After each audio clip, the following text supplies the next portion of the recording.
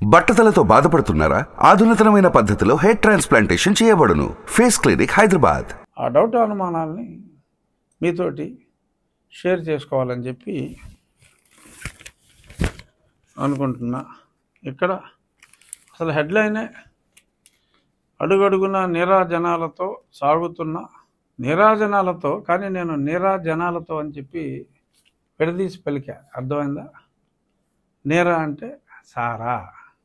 నీరాజనాలతో సాగుతున్న అపూర్వ యాత్రను చూసి ఓర్వలేక సీఎం జగన్పై హత్యాయత్నం చేశారండి.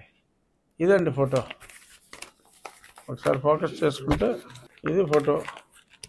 ఇక్కడ చిన్న దెబ్బ తగిలింది, నో డౌట్. ఏదో ఆ సమయంలో దీపాలు ఆర్పారు, ఎందుకంటే కొంచెం చీకటి వచ్చింది, మరి కరెంటు ఏదో తగులుతాయని చెప్పి దీపాలు ఆర్పారు. లైవ్ కూడా ఆ క్షణంలో సాక్షి లైవ్ కూడా లేదు. అప్పుడు ఇక్కడ ఇలా అన్నాడు ఆయన. తర్వాత చూసాం వేరే ఛానల్లో ఎవరో తీసిన దాంట్లో. ఇక్కడ ఒక చిన్న గీటు, రక్తం ఏమి కారిపోలా, గీటెడింది. మాకు సెకండ్ ఇచ్చేటప్పుడు కూడా కొంతమంది గీరేస్తే ఆ మాత్రం పడతాయి. సరే, కొంచెం పెద్దదే పడిందని అనుకుందాం. ఇది దీనికి ఎవడన్నా కుట్లేస్తాడా? బాబు చూడు నాయన వర్మ, చూడు, ఈ గీటుకి ఎవడన్నా కుట్లేస్తారా? జనరల్గా వేయరు. సరే, కన్నుకి తగలలేదు, కరతకి తగలలేదు, గురి చూసి ఆడు కొట్టాడా లేకపోతే గ్యాప్లో ఈయన చిన్న గీరుకున్నాడా అన్నది పక్కన పెడితే, ఈ ఫోటోలో ఇదంతా కమిలినట్టుగా కన్నుమూసాడు. కన్నుమూసాడు కదా దెబ్బ తగిలినప్పుడు. అదే సాక్షిలో ఇంకో ఫోటో వెళ్దాం.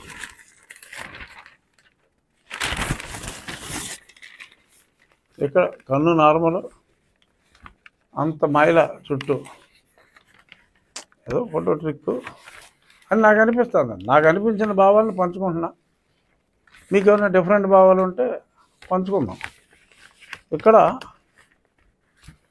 కన్ను బాగానే ఉంది, చక్కగా పూర్తిగా తెరిచాడు, అలా సింబాలిక్గా ఇంతకుముందు ఫోటోలో మూసాడు. ఇక్కడ అంతగా కమల్లా.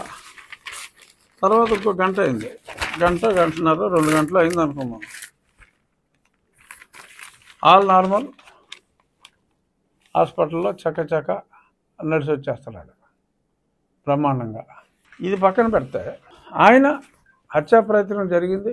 ఆ తర్వాత ఆయన పర్యటనని కొనసాగించి సింగనగర్ నుంచి గన్నవరం దాకా చేరుకుంటే అప్పుడు అక్కడున్న cancer specialist doctor Simhadri Chandrashekar గారు నాకు కూడా ఒకసారి ఇక్కడ ఏదో చిన్న కాయలాగా ఉంటే ఇప్పుడు 20 ఏళ్ళ క్రితం తొలగించడం జరిగింది. Is an excellent doctor. ఇక్కడ ఒక డాక్టర్ గారు, బస్సులో రెడీగా ఉన్న ఒక డాక్టర్ గారు, హరికృష్ణ గారు, ఆయనకి ఓ ప్యాచ్ చేశారట. అక్కడికి వెళ్ళాక ఆ క్యాన్సర్ డాక్టర్ గారు అది తీసి ఇంకో ప్యాచ్ చేశారట.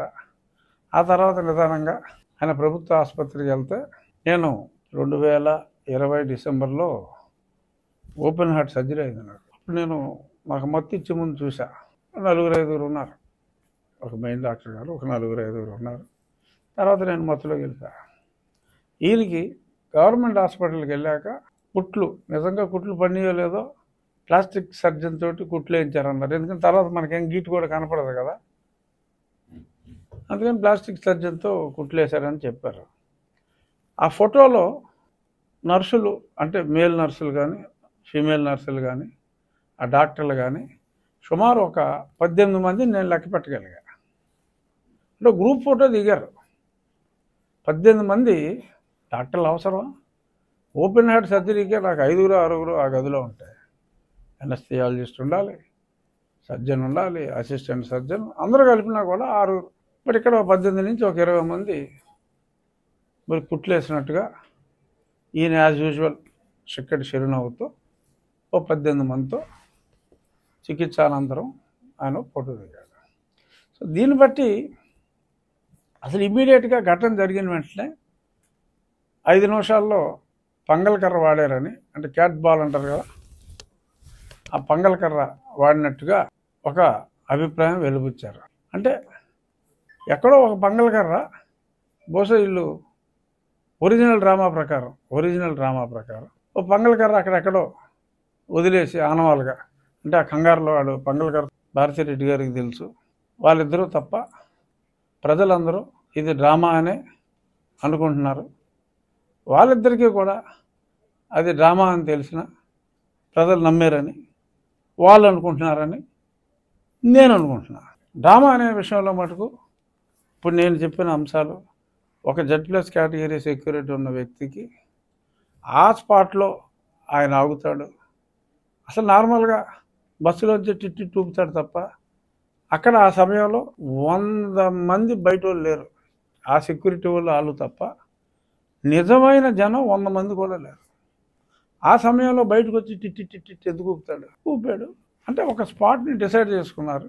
ఆ స్పాటు ఎందుకంటే కొట్టాడు అంటే గురి చూసి కొట్టాడు అంటే అక్కడ ఏమీ లేకుండా ఉంటే కుదరదు కాబట్టి ఒక ఇల్లున్న ప్రాంతంలోనే ఒక దండ ఏర్పాటు చేసుకుని గజమాల ఏదో వేశారు. ఒక్కడికి ఎలా తగిలింది? ఏదో 2-3 రాళ్ళు వేసుంటే ఇంకొకటి కూడా తగిలి ఉండాలి కదా, అంటే ఇంకొకటి ఎవడో అయితే మరీ చీప్గా ఉంటుందేమో అని వెల్లంపల్లి గారికి కన్ను కింద తగిలిందంట. వెల్లంపల్లికి కూడా ఇక్కడ తగలేదు, ఇంకెక్కడ తగల. ఇక్కడ తగిలితే మరీ నాటకంలో ఉంటుంది. అలాగని కన్ను అంటే నిజంగా ఏదైనా కన్ను చెతకు కొట్టేస్తే అడిసి తుక్కైపోతాడు. అందుకని చెప్పి కన్ను కింద ఇక్కడ బ్లడ్ గిడ్డు డ్రామా కూడా ఆళ్ళ ఏదో తగిలేసిందని చెప్పాడు అంతే వెల్లంపల్లి గారు. సరే తప్పదు, ఆయన అక్కడ పోటీ చేస్తున్నాడు కాబట్టి సో ఆయన కూడా తగిలిందంటే ఎంతో కొంత సింపతి ఉంటుంది. సో రాష్ట్ర స్థాయిలో ఆయనకి, బెజవాడ సెంట్రల్ స్థాయిలో ఈయనకి, వాళ్ళిద్దరికీ తగిలినాయి, వేరే వాళ్ళకి తగల. సో నాని ఇలాంటి డ్రామాలు యాక్సెప్ట్ చేయడు, కేసీఆర్ నాని. సో కాబట్టి నాకు వద్దులేరా బాబు, అదేదో మీరే ఆడుకోండి ఈ డ్రామాలో, లేదా పుచ్చుకునేప్పుడు నిజం చెప్పేస్తాడు, ఉన్నది మాట్లాడేస్తాడు నానిగారు. సో అంచేత ఈ డ్రామాకి నానికి ఆయన పాత్రధారి కాదలుచుకోకూడదు అని అనుకున్నట్టుగా నాకు అనిపిస్తుంది. అయితే రాళ్ళేస్తే బోలు మంది తగులుతాయి. కరెక్ట్గా జగన్కి వేసిన రాయి జగన్కి, ఎల్లంపల్లికి వేసిన రాయి ఎల్లంపల్లికి, సీఎం క్యాండిడేట్కి ఎమ్మెల్యే క్యాండిడేట్కి 2 రాళ్ళు వచ్చాయి. మరి సింబాలిక్గా సెక్యూరిటీ మీద కూడా 4 రాళ్ళు వేయచ్చు కదా. నిరసన చెప్పులు వేయటం ప్రజల హక్కు అని చెప్పి అప్పుడు డీజీపీ చెప్పాడు. మరి ఇప్పుడు ఏమన్నా ఈ కొత్త డీజీపీ గారు నిరసనగా రాళ్ళు వేయటం ప్రజల హక్కు అని అంటాడా? అనలో, ఎందుకంటే ఆయన్ని ఈయన నియమించాడు కాబట్టి అలా అనలేడు.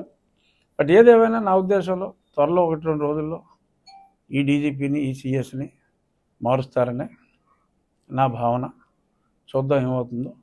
సరే, ఇక ఈ డ్రామాని సుమన్ టీవీలో మీ పర్సనల్ అండ్ బిజినెస్ ప్రమోషన్స్ కోసం కింది నెంబర్కి కాంటాక్ట్ చేయండి.